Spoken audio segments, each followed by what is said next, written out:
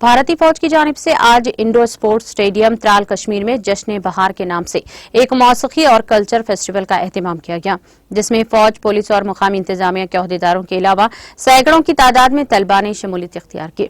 इस मौके पर मौसीकी और दीगर कल्चर प्रोग्राम पेश किए गए, जिनको हाजरीन ने खूब सराहा।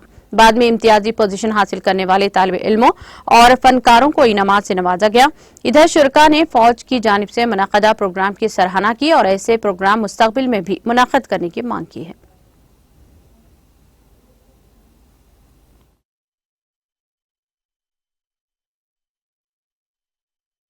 आज का जो प्रोग्राम है ये 42 RR बेस्ड कैंप है हरदुमीर त्राल ने डिग्री कॉलेज त्राल के इश्तराक से मुनक़द किया यहाँ पर इंडोर स्टेडियम में बजवनी में। बेसिकली ये एक म्यूज़िक एंड कल्चरल फेस्टिवल है जश्न बहार।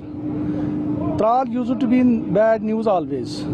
हम ये देखते हैं कि त्राल जो है ये एक फर्टाइल एरिया है as far literacy rate is concern. यहाँ का फ्लोरा फाना देखकर, यहाँ की जोग्राफ़ी को देखकर, यहाँ के पुरअमन लोग को देखकर ये लगता है कि ये बहुत बड़ा ज़रखेज़ इलाका है।